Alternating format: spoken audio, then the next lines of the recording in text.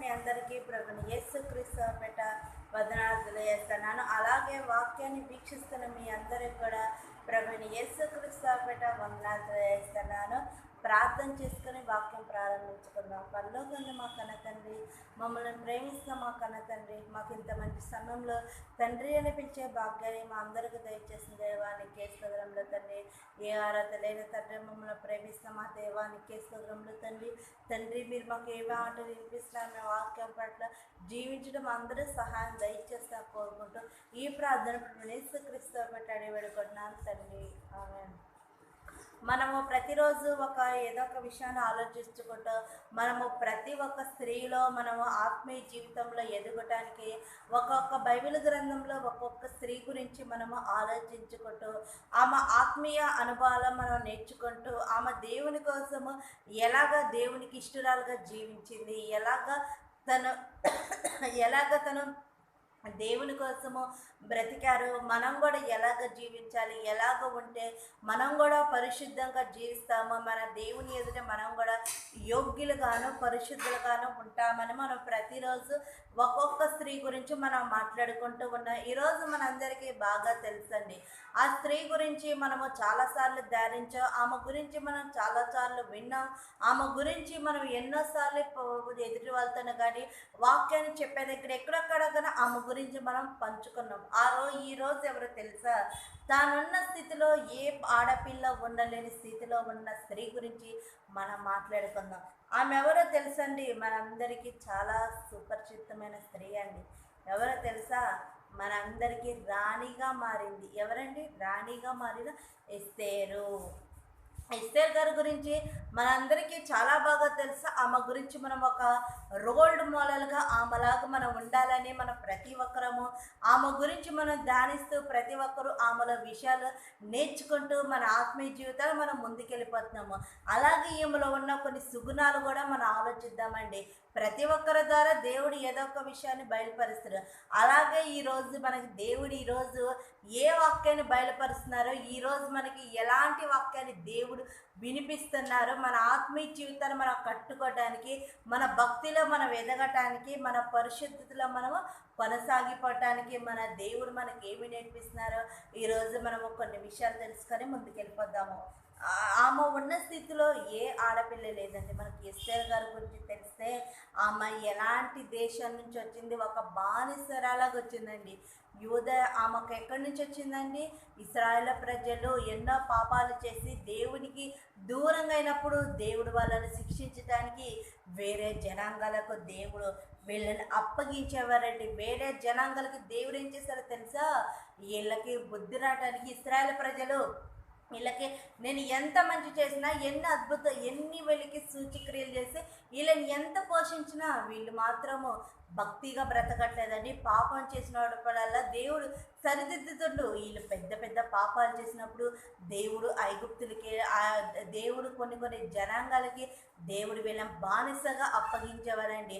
మనకి బైబిల్ గ్రంథంలో చాలా కనబడుతుంటే దేవుడు వేరే జనాంగానికి ఇశ్రాయేలు ప్రజలను అప్పగించారని మనకు బైబిల్లో కనబడుతుందండి. అలాగే ఇక్కడ మనకు యూద ఇశ్రాయేలు ప్రజలను దేవుడు బబులోను వారికి దేవుడు ఏం చేస్తారో తెలుసా? అమ్మేస్తారండి. ఇక్కడ ఎస్తేరు గారి జీవితం గురించి మనం ఆలోచించగలిగితే ఆమె అనుకోలేదండి, ఆమె ఊహించలేని స్థితిలో ఆమెకు వచ్చాయండి. ఎవరైనా ఊహించారా? ఊహించలేదండి. ఆమెకున్న స్థితి ఏంటో తెలుసా? ఎంతో భయంకరమైన పరిస్థితులకు వెళ్ళిపోయారండి. ఎంతో భయంకరమైన స్థితిలోకి వెళ్ళిపోయిందండి. ఎలాగో తెలుసా? నువ్వు నేను మనము ఇలాంటి స్థితిలో ఉన్నామనుకోండి, చాలా భయంగా, చాలా ఆ భయంతో ఎంతో భక్తిలో మనం నిస్సారిపోతాం. కానీ ఎస్తేరు గారు ఏం చేశారు తెలుసా? తన దేవుని యందు నమ్మిక ఉంచిందండి. ఒంటరిగా మిగిలిపోయింది. తన తల్లిదండ్రులు చనిపోయారు. తనను పెంచుకున్న అన్న మొర్దెకై గారు వదిలేసి ఆమె ఏం చేసిందో తెలుసా? రాజు కోటకు తేయబడ్డదండి. ఆమె ఏం చేసిందో తెలుసా? రాజు యొద్ద సన్నిధికి ఆమె తేయబడ్డదండి. మనకి బైబిల్ గ్రంథంలో ఎస్తేర్ గారి గురించి మనము చాలా గొప్పగా ఊహిస్తామండి. ఎస్తేర్ గారి గురించి ఒక రోల్ మోడల్గా చెప్పుకుంటాం. బైబిల్ గ్రంథంలో దేవుడు 66 పుస్తకాల్లో 2 స్త్రీల గురించి రాయించారండి. ఎవరండి? ఒకటి రూత్, రెండోది ఎస్తేరు. ఒకటి రూత్, రెండోది ఎస్తేరు గారు. వీళ్ళ గురించి మనం ఎంత గొప్పగా చెప్పుకుంటామండి. మనకు తెలుసండి రూత్ గారు వేరే జనాంగం అండి, అన్యులు. దేవుడు ఏంటంటే తెలుసా, అన్యులను మీతో చేర్చుకునవద్దు, అన్యులను మీ సాంగత్యకి రావద్దు అని చెప్తారండి. అలా చెప్పిన దేవుడు ఏం చేసిందండి, రూత్ గారిని తన పరిశుద్ధ గ్రంథంలో 66 పుస్తకాల్లో రూత్ గారి గురించి దేవుడు ఒక బుక్ రాయించినండి, పుస్తకం పేరు రాయించిన రూత్ గారు. అలాంటి స్థితిలోంచి ఆమె ఏమైందో తెలుసా, దేవుని యొద్దకు వచ్చేసిందండి. తన జనాంగాన్ని వదిలేసి, తన నమ్మిన దేవుళ్ళన్నిటి వదిలేసి, తన ఫస్ట్ నుంచి తన పుట్టినప్పటి నుండి తన ఊహొచ్చే వరకు ఎన్నో మోయాబీ దేవతలను, తన తల్లిదండ్రులను అన్ని పూజించి ఆరాధించిన ఆమె ఏం చేసిందో తెలుసండి, ఓర్పా గారు కుటుంబంలో అడుగుపెట్టిన తర్వాత తన జీవితం మొత్తం దేవునికి అంకితం అయిపోయిందండి. తన జీవితం మొత్తం దేవుడి వైపే తిరిగిపోయిందండి. ఎలాగండి, దేవుడు నువ్వు వేరే జనంగా, నేను వేరే జనంగా అని దేవుడు మనల్ని వేరుగా పక్షంగా చూడండి. ఇప్పుడు మనం అనుకోండి, మనకి ప్రారంభం నుండి దేవుడు అంటే మన క్రైస్తవ కుటుంబంలో కాదండి, మనం క్రైస్తవ కుటుంబాలు కాదు కానీ మనల్ని ఏం చేసిందో తెలుసా, మన కన్న తండ్రి అయిన దేవుడు అన్యులైన మనలను ఆయన ప్రేమించి ఆయన ప్రేమలో మనలను నిలబెట్టుకున్నారండి. అలాగే ఇక్కడ రూత్ గారిని కూడా దేవుడు ఏం చేసిందో తెలుసండి, ఆయన ప్రేమ ద్వారా, ఆయన కృప ద్వారా, ఆయన వాత్సల్యత ద్వారా మనల్ని ఏం చేసిందో తెలుసా, ఆయన కొనుక్కున్నాడండి. ఆయన కృపతోనే, ఆయన రక్తంలోనే మనం కొనుక్కున్నానండి. ఇక్కడ రూత్ గారి గురించి ఎంత గొప్పగా రాయబడిందండి. రూత్ గారు కూడా ఒక గొప్ప స్త్రీ అండి. అలాగే ఎస్తేరు గారు కూడా, మన ఎస్తేరు గారి గురించి ధ్యానించుకున్నాం కాబట్టి ఎస్తేరు గారు కూడా ఎలాగుందో తెలుసండి, తన ఆత్మీయ జీవితంలో రోజుకి ముందుకెళ్తూ తన భక్తి జీవితంలో, తన పవిత్ర జీవితంలో దేవుని కోసమే సమర్పణ కలిగిన స్త్రీగా ఉందండి. ఈసారి మనము ఆమె జీవితాన్ని దేవుడు ఎలాగ మార్చారో మనం ఒకసారి చూడగలిగితే, ఎస్తేరు గ్రంథము 2వ అధ్యాయము 7వ వచనం. ఎస్తేరు గ్రంథము 2వ అధ్యాయము 7వ వచనం అండి. ఎస్తేరు గ్రంథము 2వ అధ్యాయము 7వ వచనం చూడగలుగుతాండి. తన పిన్న తండ్రి కుమార్తెన హదస్స అని ఎస్తేరు తల్లిదండ్రులు లేనందున అతను ఆమెను పెంచెను. ఆమె అందమైనను రూపమును సౌందర్యము ముఖం గలదై ఉండెను. ఆమె తల్లిదండ్రులు మరణం పొందిన తర్వాత మొర్దెకైకు ఆమె కుమార్తెగా స్వీకరించబడ్డది. ఇక్కడ ఏమైందో తెలుసండి, తన జీవితం ఆలోచించితే ప్రారంభంలో తన తల్లిదండ్రులు చనిపోయారు. చనిపోయిన తర్వాత మొర్దెకై గారు ఆమెను ఎలాగ పెంచిందో తెలుసా, తన కుమార్తెగా, వరుసకి అన్నండి తన కుమార్తెగా. ఇప్పుడు చాలామంది మనం చూడగలుగుతారండి, కొంతమంది పిల్లలు ఉంటారనుకోండి, వాళ్ళ పుట్టిన తర్వాత ఒక పెద్దవాళ్ళు పుట్టారనుకోండి, తర్వాత చిన్నపిల్లలు పుట్టిన తర్వాత ఎవరైనా ఇంట్లో వాళ్ళ ఫాదర్ కానీ వాళ్ళ మమ్మీ కానీ చనిపోయారనుకోండి, ఆ పిల్లల్ని వాళ్ళ పెద్దవాళ్ళు ఎలా చూస్తారో తెలుసా, ఎంతో ఇష్టంగా, ఎంతో ప్రేమగా వాళ్ళే అమ్మ నాన్నలాగా చూస్తారు. అలాగే ఇక్కడ ఎస్తేరు గారిని మొర్దెకై గారు ఎలా చూస్తారో తెలుసా, తన చెల్లెలను కుమార్తెగా స్వీకరించడానికి ఇక్కడ మొర్దెకై గారు కనబడుతున్నారండి. ఆమె ఎలాగుందో తెలుసా, యూదలమ్మ ఒక జాతి చెందిందండి, బెన్యామీను గోత్రానికి చెందిందండి. మనకు బెన్యామీను గురించి తెలుసండి. దేవుడు ఇశ్రాయేలు ప్రజలను అబ్రహాం గారిని ఎన్నుకుంటారండి. అబ్రహాం గారి తర్వాత ఇస్సాకు గారి తర్వాత యాకోబు గారు 12 మంది కుమారులే. ఎవరో తెలుసండి, ఈ 12 గోత్రాలకి 12 గోత్ర కర్తలుగా వాళ్ళు మిగిలారండి. వాళ్ళ నుంచి వచ్చింది ఎవరో తెలుసండి, ఇశ్రాయేలు ప్రజలండి. వీళ్ళు ఎంతగా భక్తిగా ఉండాలి తెలుసండి, కానీ వీళ్ళు భక్తిగా ఉండకుండా దేవునికి దూరం అయిపోయి దేవునికి వాళ్ళని దూరం పెట్టేలా చేసుకున్నారండి. చేసుకున్న తర్వాత వీళ్ళు చేసిన పాపాలకి, వీళ్ళు చేసిన ఎన్నో అక్రమ కృత్యాలకు ఏమైపోయారో తెలుసండి, దేవునికి దూరం అయిపోయారండి. అలాగే యూదా జాతిలో ఒక మొర్దెకై గారు ఒక కుమార్తె ఎస్తేరు గారు. ఎస్తేరు గారు ఎలా ఉన్నారో తెలుసా అండి? ఎస్తేరు గారు ఎలాగా ఆమె 120 సంవత్సరాలకు అధిపతి ఆ అధిపతిగా ఆమె మారిందండి. ఎలాగండి? ఆమె దేవుడి చేత ఆశీర్వాదం పొందిన స్త్రీ కాబట్టి ఆమె ఏమైందో తెలుసండి? ఎస్తేరు గారు కోటలోకి తేబడ్డారండి. సుషాను కోట్లకి ఈమె తేబడ్డదండి. ఈమె ఎలాగుందో తెలుసండి? దేవుని యందు భయం భక్తిని కలిగిన స్త్రీ ఉంది కాబట్టి మనకు అర్థమవుతుందండి. ఆమె ఎలాగుందో తెలుసా? దేవుడి పట్ల నా బ్రతుకు ఎలాగో, నా జీవితం ఎలాగో అని ఆమె ఏమి తన గురించి తను చింతించుకోకుండా చింత మొత్తం దేవుడి మీద వదిలేసింది కాబట్టి ఆమె జీవితాన్ని దేవుడు ఏం చేసిందో తెలుసా? ఒక గొప్ప స్థితిగా మార్చిందండి. ఒక గొప్ప స్త్రీగా దేవుడు ఆమెను మార్చిందండి. ఎస్తేర్ అన్న తన చెల్లెలను ఎంత ప్రేమగా చూసుకుంటాడో తెలుసండి? మొర్దెకై నేను బ్రతికేది నా దేవుని కోసము. మొర్దెకై గారు కూడా యూదులకు ఒక్కటి ఉండిద్దండి. ఏంటో తెలుసా అండి? ఇశ్రాయేలు ప్రజలు యూదులు వేరే రాజులు కానీ వేరే ఎవరు కానీ మొక్కరండి. వాళ్ళు చాలా ముక్కుచూటిగా ఉండి మాట్లాడతారండి. ఈరోజు లోకంలో చాలామంది మేము ఇంతేనండి, మేము ఇలాగే ఉంటాము, నేను ఎవరినన్నా నన్ను ఎవరన్నా నేను ఊరుకోను అని మాట్లాడతారే, ముక్కుసూటిగా ఉంటాయి. ఆనాడు యూదులు కూడా అండి ఈ దేవుడికి తప్ప యూదులు ఎవ్వరికి మొక్కరండి. అలాగే ఇక్కడ షూషాను కోటల్లో ఇక్కడ మొర్దెకై గారు ఉన్నారు. మొర్దెకై గారితోని ఎస్తేరు గారు కూడా షూషాను కోటకు తేయబడ్డదండి. వాళ్ళని దేవుడు ఎంత గొప్పగా ఉంచారో, వాళ్ళ జీవితాలను దేవుడు ఎంత గొప్పగా మార్చారో మనం చూడగలుగుతామండి. ఒకసారి పేతురు రాసిన మొదటి పత్రిక, ప్రతి ఒక్కరికి దేవుడు ఏం చేస్తారో తెలుసా అండి? ప్రతి ఒక్కరికి సమయం ఇస్తారండి. ఇక్కడ ఆమె ఎంతగా బాధపడుతూ రాజుగారు కోట తెచ్చారంటే, రాజుగారు తెచ్చిన కోటలందరూ రాణి అవరండి. ఎవరిలో 100 మందిలో ఒక్కరే రాణి అవుతారు. అలాంటి స్థితిలో ఈ ఎస్తేరు గారు ఉన్నారండి. ఎస్తేరు గారు ఎలా ఉన్నారో తెలుసా? ఆమె రాణి అవ్వకపోయినా, ఆమె రాణి అవ్వలేదనుకోండి, వాళ్ళని తిరిగి వాళ్ళ ఇళ్ళకు పంపించారండి. అక్కడే చూసిన కోటలో వాళ్ళు చనిపోయేంత వరకు ఆ కోట్లోనే ఉంటారు. ఎందుకో తెలుసండి?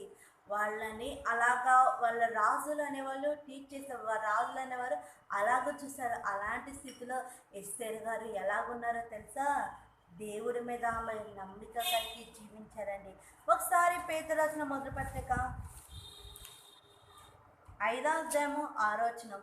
పేతురు రాసిన మొదటి పత్రిక 5వ అధ్యాయం 6వ వచనము.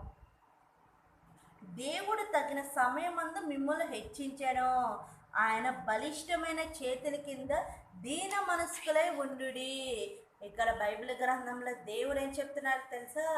ఆయనకు పిల్లలైన మనము తగిన సమయం అంది. మనుషులు మనల్ని హెచ్చించినా మనం హెచ్చులకు పోము, కానీ మన దేవుడు మనల్ని హెచ్చించి మనల్ని పైన పెట్టాలని చూస్తుంది అనుకోండి. మన దేవుడు మనుషులు ఎవ్వరూ మనల్ని ఏమి చేయలేరండి. మన దేవుడు మనల్ని హెచ్చించాలనుకోండి, మనుషులు ఎవ్వరు మన కింద చూసి ప్రపంచం అంతా ఏం చేసినా దేవుడు మనల్ని పైన పెడతారండి. ఆయన మనల్ని హెచ్చించే టైం చూడాలి తప్ప మనుషులు మనల్ని హెచ్చిస్తారని మనం చూడకూడదండి. ఇక్కడ ఏముందండి?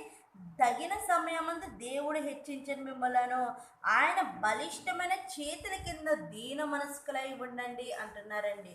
అంటే మనం ఎలాగుండాలి తెలుసా?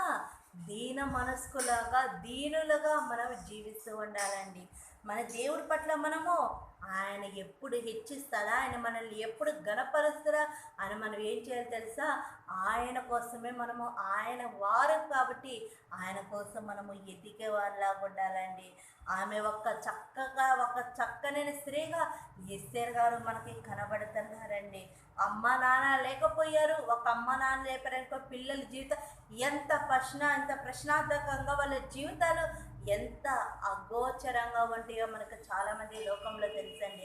అలాంటి స్థితిలో దేవుడు ఎస్తేరు గారిని హెచ్చించారండి. దేవుడికి మనం తగ్గించి ఉంటేనే మన దేవుడికి ఇష్టమండి. ఏమి లేని అరిటాకు ఏం చేస్తా అండి? ఎగిరెగిరి పడిద్దంట. అన్ని ఉన్న అరిటాకు అణిగి మణిగి ఉండిద్దంట. అంటే మన జీవితంలో కూడా మనం ఎలా ఉండాలి తెలుసా? ఏమి లేని అరిటాకులా కాదండి. దేవుడు అన్నీ ఇస్తాడని మనం తగ్గించుకొని మన జీవితాన్ని మనము దీన మనస్కులు కలిగి జీవించాలండి. దీనులుగా మనం ఉండాలండి. ఈరోజు తన భక్తి ఎంతగా మనకు నిదర్శనం కనబడుతుందో మనం ఆలోచిద్దామండి. ఈమెలో మనం మొట్టమొదటిగా చూడగలితే మొట్టమొదటి ఏంటో తెలుసా? ప్రభు కొరకు కనిపెట్టిన స్త్రీ. మొట్టమొదటి విషయం ఏంటో తెలుసా? ప్రభు కొరకు ఆమె కనిపెట్టింది. ఎవరి కోసమండి? మన కన్న తండ్రి అయిన దేవుని కోసము ఆమె కనిపెట్టిందండి. ఆమె తల్లిదండ్రులు లేరు, ఆమె జీవితం ఒంటరిగా ఉన్నది. అలాంటివి అన్ని విషయాల్లో ప్రభు కొరకు ఏం చేసినా తెలుసా? ఆమె కనిపెట్టుకుంటుందండి. ఎవరి కోసమండి? మనుషులు ఎవరి కోసం కాదండి. ఆమె ప్రభు కోసమే. నా దేవుడు నన్ను చూస్తాడు, నా దేవుడు నన్ను పరీక్షిస్తాడు. ఆమె ఏం చేసిందో తెలుసా? ప్రభు కోసము ఆమె కనిపెట్టిన స్త్రీలాగా ఉందండి. ప్రభు కోసము ఆమె ఏం చేసిందో తెలుసా? ఎల్లప్పుడూ కనిపెట్టిన స్త్రీగా ఉందండి.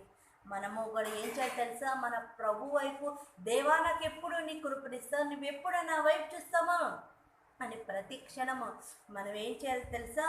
మన దేవుని కనుక మనం కనిపెట్టాలంటే ప్రతి ఒక్క విషయాన్ని దేవుడు ఆయన చిత్తం మీద మన జీవితాల్లో జరిగించాలి తప్ప మన చిత్తం ఆయన జరిగించమని కోరుకోకూడదండి. ఆయన చిత్తమే మన జీవితాల్లో జరగాలని కోరుకోవాలండి.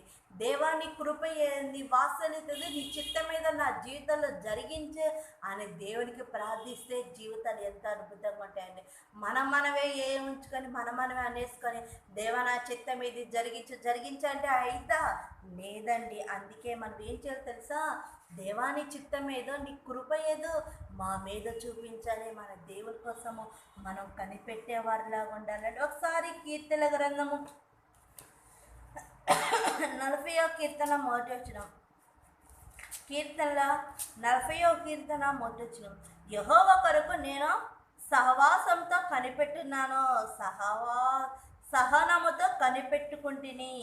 ఆయన నా చెవియొగ్గి నా మొర ఆలకించెను. దేవుని కోసం ఇక్కడ భక్తుడైన దావీదు గారు, ప్రధాన గాయకుడికి దావీదు కీర్తన. ఇక్కడ ఏమి రాస్తున్నారో తెలుసండి? యెహోవా కొరకు నేను సహనముతో అంటే ఓర్పుతో నేను కనిపెట్టుకొనుచున్నాను. ఆయన నా చెవియొగ్గి నా మొర విని ఆలకించెను. దేవుడు ఏం చేస్తారో తెలుసండి? ఆయన కొరకు మనము సహనంతో కనిపెట్టాలండి. మనం ఏదో ప్రార్థించి ఒక 3-4 సార్లు ప్రార్థించి, లేకపోతే ఒక 4 నెలలు 5 నెలలు ఇలా ఒక సంవత్సరం ప్రార్థించి దేవుడి చిత్తం నా జీవితంలో జరగట్లేదని వదిలేకూడదండి. ప్రతి క్షణం ఏం చేయాలి తెలుసా? ప్రార్థించాలి. ప్రతి నిమిషము దేవుని చిత్తం మీద మనం ప్రార్థించి మనము ఆ విషయాన్ని కనిపెట్టుకుంటుండాలి. దేవుడు నా జీవితంలో ఇప్పుడు చేస్తాడని ప్రతిదీ ఏం చేయాలి తెలుసా అండి? మనమందరం కనిపెట్టుకుంటూ ఉండాలండి. మన ప్రభు చాలా గొప్పమైన వ్యక్తి అండి. మన జీవితాల్లో అద్భుత కార్యాలు చూస్తామండి. కనిపెట్టుకోకుండా సహనంతో ఓర్పుతో లేదనుకోండి, మన జీవితాలు నాశనకరమైన గుంటలోకి మన ఊబి ఎలా ఉంటుందండి? పడిపోతూ ఉంటాం. అలాగే మన లోకంలో కూడా పడిపోతాం. అందుకే మన సహనముతో దేవుని కోసం మనం కనిపెట్టుకున్న వారిలా ఉండాలండి. అన్ని విషయంలో దేవుని కోసమే కనిపెట్టాలండి. ప్రతిదీ చిన్న విషయము, ఇది చిన్న విషయమే కదని మనం తీసుకోకూడదండి. చిన్న విషయాల్లో కూడా ఎన్నో పెద్ద జరుగుతాయండి. అందుకే మనం ఏం చేయాలి తెలుసా? ప్రతిదీ చిన్నది, ఇంత చిన్నదనే సహిన దేవుని యొద్ద ప్రతిదీ మనం కనిపెట్టి సహనంతో ఓర్పు చూడాలండి. ఒకసారి మనము కీర్తన గ్రంథము 33వ కీర్తన 21 వచ్చిన కీర్తనలు 33వ కీర్తన 21 వచ్చిన చూద్దామండి. మన ప్రాణము యెహోవా కొరకు కనిపెట్టుకొనుచున్నది, ఆయన మనకు సహాయము, మనకు కేడమై ఉన్నాడు. మన దేవుడు కేడమై ఉన్నాడండి. సహాయం ఎక్కడి నుంచి వచ్చిందండి?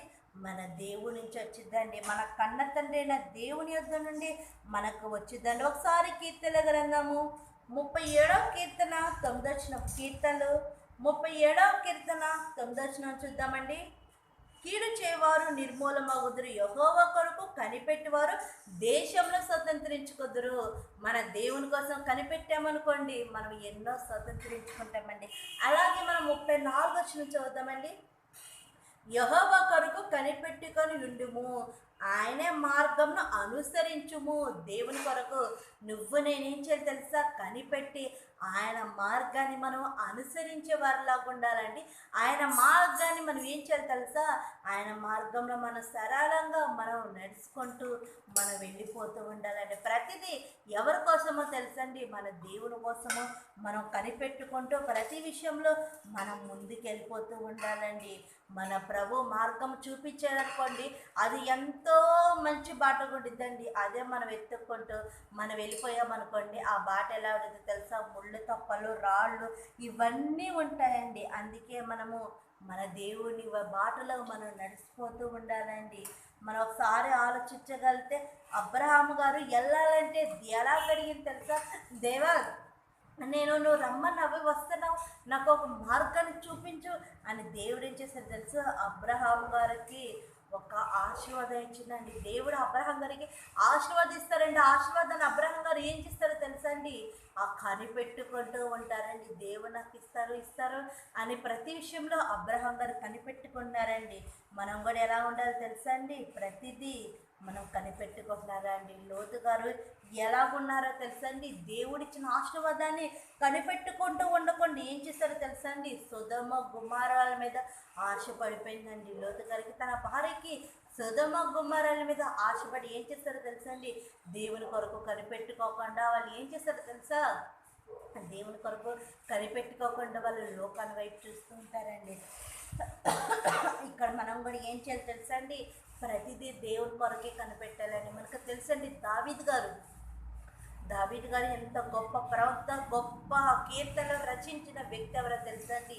దావీదు గారు అండి. అలాంటి గొప్ప ఇశ్రాయేలు ప్రజలను 12 గోత్రాల పరిపాలించిన దావీదు గారు ఏం చేశారండి? తన రాజు అవ్వచ్చు మనుషుల ద్వారా సమూయేలు గారు అభిషేకించిన సౌలు గారు తర్వాత సౌలు గారు చనిపోయిన తర్వాత కొన్ని సంవత్సరాల వరకు దావీదు గారు ఏమైతారు సార్? రాజు అవ్వకుండా కొల్టల ప్రాంతంలో తిరుగుతూ ఉన్నారండి. తిరుగుతూ ఉన్న తర్వాత కొన్నాళ్ళ తర్వాత దేవుడు చెప్తారండి, నువ్వు రాజుగా పరిపాలించాలని చెప్పినప్పుడు దావీదు గారు ఏం చేశారు తెలుసండి? దేవుడు కొరకు సమయాన్ని వెతికారండి. దావీదు గారు వచ్చి నన్ను సమూయేలు గారు అభిషేకించారు, సమూయేలు గారు గొప్ప ప్రవక్త, సమూయేలు గారు అభిషేకించారు, సౌలు గారు చనిపోయారు, ఇంకా రాజు ఎవరులేరని దావీదు గారు సింహాసనం ఎక్కొచ్చండి. కానీ దావీదు గారు సింహాసనం ఎక్కోకుండా ఏం చేశారో తెలుసండి? దేవుడు నన్ను ఎప్పుడు పరిపాలించబట్టే నేను అప్పుడే పరిపేస్తారని దావీదు గారు కనిపెట్టుకుంటూ ఉన్నారండి. ఈరోజు నువ్వు నేను కూడా మన జీవితాల్లో దేవుడు చేసిన మేలుల కొరకు మనం కనిపెట్టుకుని ఉన్నామా? కనిపెట్టుకున్నట్లే మనకు తెలుసండి. యోసేపు గారు ఎంత గొప్ప వ్యక్తి అండి. చిన్ననాటి నుండే తన తల్లికి దూరమైండు. అలాగే తన కొన్నాళ్ళ తర్వాత తన అన్నలకు దూరమైండు. అన్నాళ్ళ తర్వాత తన తండ్రికి దూరమైండు. తర్వాత తన దేశాన్ని వదిలేసి ఐగుప్తుకి వెళ్ళిపోయిన తర్వాత అక్కడ కొన్నాళ్ళు ఉన్న తర్వాత తన మీద నిందలు పడి చెరసాల్లోకి వెళ్ళిపోయినాడు. చెరసాల అయిపోయిన తర్వాత చెరసాల్లో వేయించిన అక్కడ యోసేపు గారు దేవుని దూషించి దేవుని ఏమన్నా ఒక్క మాట అన్నారా? అసలు దేవా, నిన్ను చిన్నప్పటి నుంచి నేను ఆరాధించాను, చిన్నప్పుడు నేను సేవించాను, నాకు సర్వం కోల్పోయిందని ఇక్కడ యోసేపు గారు ఏమైనా దేవుడు ఒక్క మాట అన్నారండి? అనలేదండి. ప్రతిదానికోసం యోసేపు గారు ఏం చేశారు తెలుసా? కనిపెట్టారండి. ఈరోజు నువ్వు నేను కూడా మన జీవితంలో ప్రతి ఆశీర్వాదం జరిగిద్దని నువ్వు నేను కూడా ఏమి చేయాలి తెలుసా అండి? మనము ప్రతి ఒక్కరము కనిపెట్టుకుంటూ ఉండాలండి. ఇక్కడ ఎస్తేర్ గారు ప్రతిదీ దేవుడి కోసం ఏం చేస్తా తెలుసా? కనిపెట్టుకుంటూ ఉందండి. ఆ కనిపెట్టుకుంటూ ఉంది. ఈరోజు మనం కూడా ఏం చేయాలి తెలుసా అండి? ప్రతి దానికోసము మనము కనిపెట్టుకునే వారిలా ఉండాలండి. మన దేవుని కోసము మనం ఏం చేయాలి తెలుసా? కనిపెట్టుకుంటూ మనం జీవిస్తూ ఉండాలండి. మన భక్తి జీవితంలో కానీ మన యథార్థ జీవితంలో కానీ మన దేవుని కోసం మనం కనిపెట్టుకుంటాం. రెండోది ఏంటో తెలుసా అండి? ఆత్మీయ సంరక్షణలో ఉందండి. మనుషుల సంరక్షణ లేదండి, ఆత్మీయ సంరక్షణలో ఉంది. ఎలాగో తెలుసండి? ఆమె తేబడ్డది సుషాన కోటకు వచ్చిన తర్వాత ఎస్తేరు గారి కోసము ఆమె తల్లిదండ్రులు లేరు, కానీ ముద్దకే ఉన్నారు. ముద్దకానికి వచ్చే ఆమె రాజు కోటలోకి వెళ్ళిపోయింది, ఇంకా నాకే సంబంధం అని అనుకోలేదని ముద్దకే గారు ఎస్తేరు కోసము రాజు గుమ్మం మీద ఎదురు చూస్తూ ఉన్నారండి. అంటే ఈ మొర్దెకై గారికి ఏముందో తెలుసా, తన బాధ్యత ఏది తీరిపోయింది అనుకోలేండి. ఎస్తేరు గారికి ఎస్తేరు గారు ప్రతి విషయాన్ని తెలుసుకుంటూ తన సంరక్షణ తన జీవితాన్ని ఇక్కడ ఇక్కడ ఇక్కడ మొర్దెకై గారు తెలుసుకుంటూ ఉన్నారండి. మనం కూడా ఎలా ఉండాలి తెలుసండి, ఆత్మీయ సంరక్షణలో ఉండాలండి. ఎస్తేరు గారికి ఎవరు సంరక్షణకు ఉన్నారో తెలుసండి, లోకప్రరంగా మొర్దెకై ఉన్నారు. తర్వాత తనకి దేవుడి మీద ఆధారపడ్డది కాబట్టి దేవుడిగా సంరక్షణ ఉన్నారండి. దేవుని కొరకు ఎవరు కనిపెట్టుకొని దేవుడి మీద ఎవరు ఆధారపడతారో తెలుసండి, వాళ్ళందరికీ దేవుడి సంరక్షణ, ఆత్మీయ సంరక్షణ మనందరికీ ఉంటుందండి. దేవుడి ఆశీర్వాదం మనకు ఉంటుందండి, దేవుడి సంరక్షణ కూడా మనకు ఉంటుందండి. ఒకసారి సామెతల గ్రంథం 3:6 సామెతల గ్రంథము 3:6 మరి సామెతల గ్రంథం 3:6 నీ ప్రవక్తన అంతటి యందు ఆయనకు అధికారం ఒప్పుకొనుము, అప్పుడు ఆయన నీ త్రోవలను సరళము చేయను. ఇక్కడ ఇక్కడ సామెతలు ఏం చెప్తున్నారు తెలుసండి, నీ ప్రవక్తన అంత మీద అధికారం ఎవరికో తెలుసండి, మన దేవునికి నీ అధికారము, నీ ప్రవక్తల మీద అంతా దేవునికి అధికారం ఇచ్చాలని ఇక్కడ భక్తి చెప్తున్నారండి. అంటే మనం ఎవరికి అధికారంగా ఉండాలి తెలుసా, దేవుడి కింద మనం అధికారంగా ఉండి మన ప్రవక్తనంత మీద దేవా నువ్వే నాకు తోడుగా ఉండి, నువ్వే నాకు నీడుగా ఉండి, నువ్వే నాకు సంరక్షణగా ఉండని మనం ఏం చేయాలి తెలుసండి, ప్రతిదీ మన దేవుడికి మనం సంరక్షణ కలిగి మన జీవితాన్ని మన దేవునికి సమర్పించుకునే వారిలాగా ఉండాలండి. తన అన్న ఉన్నారు, ఆయన ఆమె ఏం చేసిందో తెలుసండి, తనకి అందరూ ఉన్న ఆమె దేవుని సంరక్షణలో ఆమె ఉండటానికి కోరుకుంటుందండి. ఆమె అన్ని విషయానికి ఆమె ఏమైపోతుందో తెలుసండి, లోబడుతుందండి. అక్కడ కన్యకలు తేబడిన తర్వాత ఒక నపుంసకుడికి అధికారి అప్పగిస్తారండి. అప్పగించిన తర్వాత అధికారి కింద కూడా ఆమె ఏం చేస్తే తెలుసండి, ఎస్తేరు గారు లోబడి ఉండిద్దండి. ఎస్తేరు గారు ఆమె ఏం చేస్తే తెలుసా, అనుభూయ కలిగి ఆమె ఎస్తేరు గారు ఉండిద్దండి. మనం కూడా ఏం చేయాలి తెలుసండి, ఎస్తేరు గారి లాగా మనం కూడా, ఎస్తేరు గారు ఇక్కడ ఒక నిదర్శనం కనబడుతున్నారు, తన అధికారికి ఆమె లోబడి ఉంది. ఇక్కడ మనం కూడా ఏంటో తెలుసండి, మన అధికారి ఎవరండి, మన ప్రభువైన యేసు ప్రభువారు మనకు అధికారి. మనకి సంఘంలోకి శిరస్సు ఎవరండి, మన ప్రభువైన యేసు ప్రభువారు. మన ప్రభువైన యేసు ప్రభువారికి మనం కూడా లోబడి మనం కూడా ఆయన ఎదుట సంరక్షణగా మనము ఉండాలండి. దేవుడు మనతో ఎల్లప్పుడూ సంరక్షణగా ఉంటారండి. మూడో విషయం ఏంటో తెలుసండి, లోబడే స్వభావం ఉంది ఎస్తేరు గారికి లోబడే విషయం ఉందండి. ఈరోజు మనకు కూడా లోబడేతనం ఉందంటే మనలో, స్త్రీలనే వారికి లోబడేతనం ఉందా? కానీ ఈనాడు చూస్తుంటే ఎన్నో లోకంలో మనం చూడగలిగితే ఎన్నో విషయానికి లోబడకుండా వాళ్ళు జీవిస్తున్నారండి. ఎంతోమంది దేవునికి లోబడకుండా, మనుషులకు లోబడకుండా, బయట ఉన్న పెద్దవరకు లోబడకుండా, ఎవరికి లోబడకుండా ఏం చేస్తున్నారో తెలుసా అండి, లోబడతన జీవితం కలిగి ఉన్నారండి. నువ్వేం చేయాలి తెలుసా అండి, మన దేవునికి మనం ఏమో మొర్దెకై గారికి లోబడిన స్త్రీగా మనకి కనబడుతుందండి. ఒకసారి ఎస్తేరు గ్రంథము 2:10 ఎస్తేరు గ్రంథము 2 మొర్దెకై నీ జాతి నిమిషము కనపరచకూడదును. ఇక్కడ మొర్దెకై గారు ఒక ఆజ్ఞ చెప్తారు. ఏమని చెప్తారు తెలుసా, నువ్వు చూశాను కోటలోకి వెళ్ళాక నీ జాతి ఏంటి,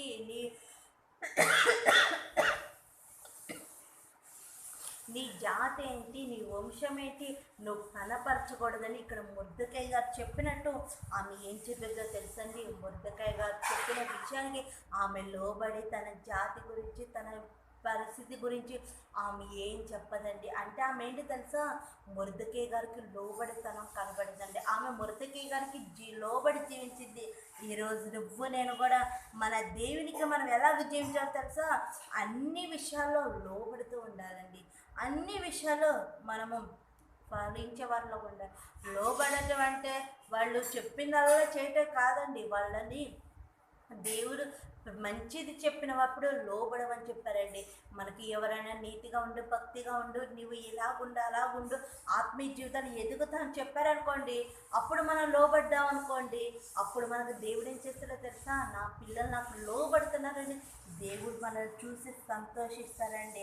మనం అందరం ఎలాగుండాలి తెలుసా అండి, కుటుంబంలో ఉన్న ప్రతి ఒక్కరు తల్లిదండ్రులు లోబడుతూ ప్రతి ఒక్కరికి లోబడితనము మనకి ఉండాలండి. ఒకసారి మనము చూడగలిగితే కీర్తన గ్రంథము 81వ కీర్తన 1 కీర్తన గ్రంథము 81వ కీర్తన 1 మనకు బలమైన దేవునికి ఆనందగానం చేయడు యాకోబు దేటు ఉత్సాహించను. ఇక్కడ మనం ఏం చేయాలి తెలుసండి, మన దేవునికి మనం లోబడుతూ ఉత్సాహగానంతో మన దేవుని మనం సంతోషపరిచే వారిలాగా ఉండాలండి. మన దేవుని మనం ఎలాగ ఉండాలి తెలుసా, లోబడేతనము ఉండాలండి.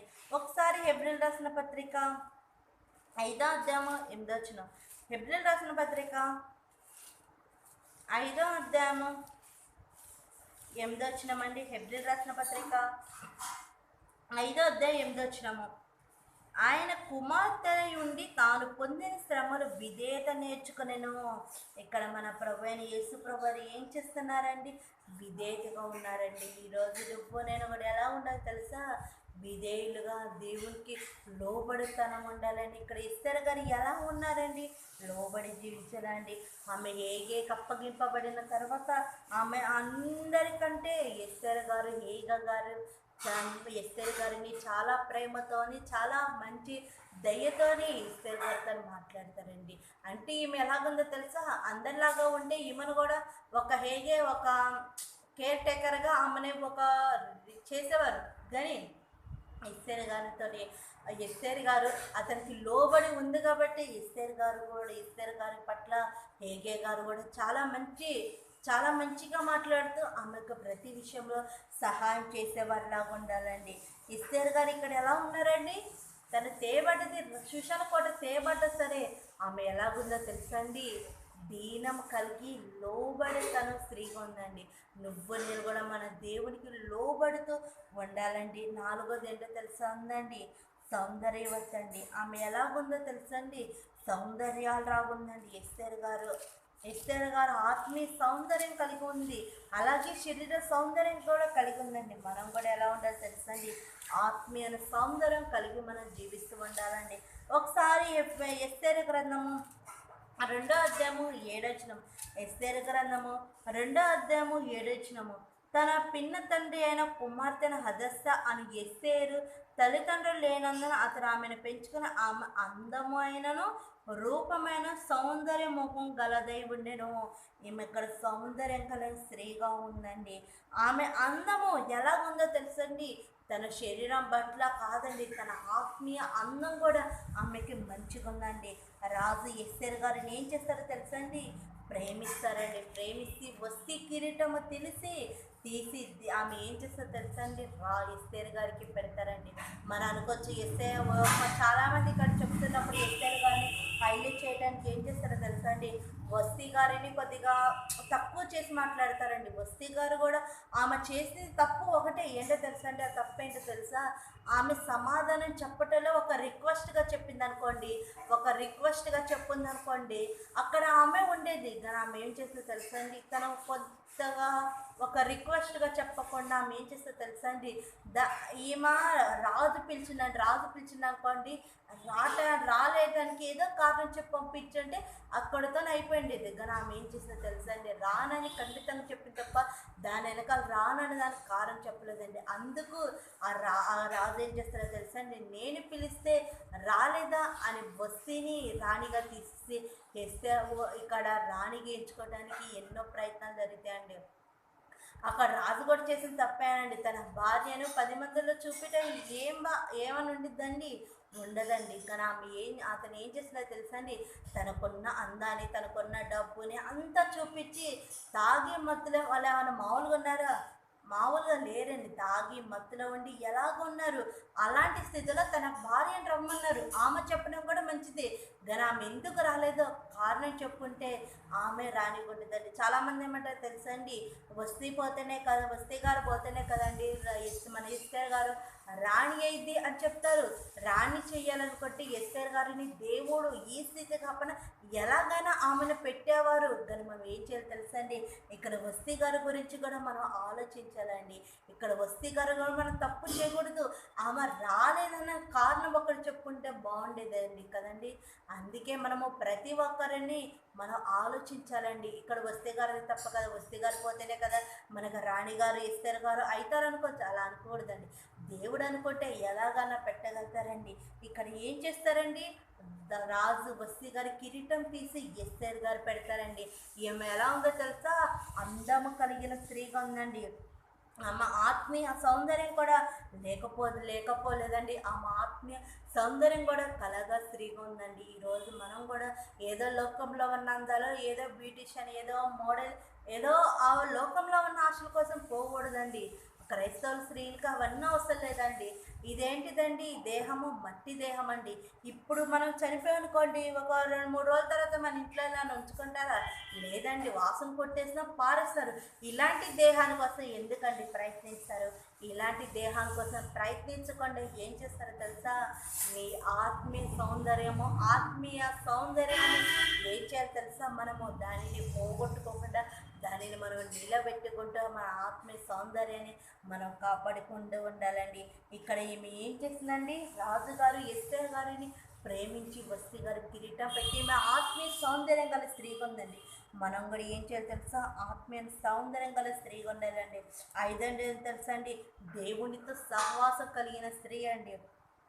ఎస్తేరు చిన్నప్పుడు నుండి ప్రార్థన పరురాలయం అండి. తండ్రికైనా కదండి దేవుడు ఆశీర్వాదం ఎస్తేర్ గారి మీద ఉంది. దేవుడు ఆశీర్వాదం ఎస్తేర్ గారి మీద ఏమైతే తెలుసండి, దేవుడు తనని ఆశీర్వదిస్తారండి కదండి. ఈరోజు కూడా మనం కూడా వస్తే ఎస్తేర్ గారి గురించి మనం ఆలోచించుకున్న మనం కూడా ఇంకా నెక్స్ట్ ఎపిసోడ్లో మనం తెలుసుకుందామండి. ఎస్తేర్ గారు ఎలాగ ఆత్మీయ జీవితంలో ఉన్నారో, ఇంకా ఇంకా 5 పాయింట్లు అండి. ఎస్తేర్ గారు ఆత్మీయ జీవితంలో ఇంకా దేవునికి దగ్గర అయ్యాలో మనం కూడా తెలుసుకుంటే దేవుని యందు భయం కలిగి భక్తి కలిగి జీవిద్దాం. ప్రార్థన చేసుకుందాం. పరలోకం మా కన్న తండ్రి, మమ్మల్ని ప్రేమించిన మా కన్న తండ్రి, నీకే స్తోత్రములు తండ్రి. మాకు ఎంత సమయంలో తండ్రి అనిపించే భాగ్యం అందరూ దయచేసిన దేవానికి స్తోత్రములు తండ్రి. మాకు వస్తీ గారి జీవితాన్ని తెలియజేసిన దేవానికి స్తోత్రములు తండ్రి. ఆమెలాగా మేము జీవించే భాగ్యాన్ని మా అందరూ దయచేస్తా కోరుకుంటూ ఈ ప్రార్థన యేసుక్రీస్తు అడిగి పెడుతున్నాను తండ్రి. ఆమె